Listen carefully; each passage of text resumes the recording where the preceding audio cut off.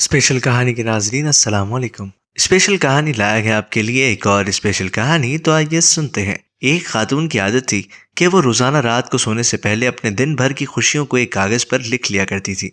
एक शब उसने लिखा कि मैं खुश हूं कि मेरा शौहर तमाम रात जोरदार खर्राटे लेता है क्योंकि वो जिंदा है और मेरे पास है। अल्लाह का शुक्र है। मैं खुश हूं कि मेरा बेटा सुबह सवेरे इस बात पर झगड़ता है कि रात भर मच्छर खटमल सोने नहीं देते, यानी वो रात घर पे ही गुजारता है, आवारागर्दी नहीं करता। इस पर भी अल्लाह का शुक्र है। मैं खुश हूं कि हर महीना बिजली गैस पानी पेट्रोल वगैरह का अच्छा खासा टैक्स अदा करना पड़ता है, यानी ये सब चीज़ें मेरे पास मेरे इस्तेमाल में है। अगर ये ना होती तो ज़िंदगी कितनी मुश्किल होती। इस पर भी अल्लाह का शुक्र है। मैं खुश हूं कि दिन ख़त्म होने तक मेरे थकन से बुरा हाल हो जाता है, यानी मेरे अंदर दिन भर सख्त काम करने की ताकत है, और ये ताकत और हिम्मत सिर्फ अल्लाह ही के फजल से है। मैं खुश हूं कि रोज़ाना अपने घर का झाड़ू पोछा करना पड़ता है और दरवाजे खिड़कियां साफ करना पड़ती हैं। शुक्र है मेरे पास घर तो है ना। जिनके पास नहीं उनका क्या हाल होता होगा। इस पर अल्लाह का शुक्र है।